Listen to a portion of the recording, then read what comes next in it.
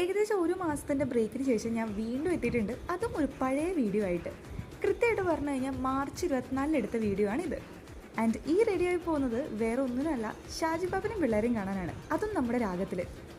ആട് 3ക്ക് അത്യാവശ്യം നല്ല റെസ്പോൺസ് ഉണ്ടെന്ന് അറിഞ്ഞിട്ട് മാത്രം ഞാൻ പോയതാണ്. പിന്നെയാണ് ഞാനൊരു കാര്യം ആലോചിച്ചത്, ആട് 1ഉം 2ഉം ഞാൻ മര്യാദയ്ക്ക് കണ്ടിട്ടില്ല. ബട്ട് അത് ആട് 3 കാണാതിരിക്കാൻ മാത്രമുള്ളൊരു റീസൺ ആണോ? പലരും ഈ ഫിലിമിനെ വല്ലാണ്ട് അങ്ങോട്ട് ഹൈപ്പ് കയറ്റിയപ്പോൾ ഞാൻ അധികം പ്രതീക്ഷകളൊന്നും ഇല്ലാണ്ടാണ് പോയത്.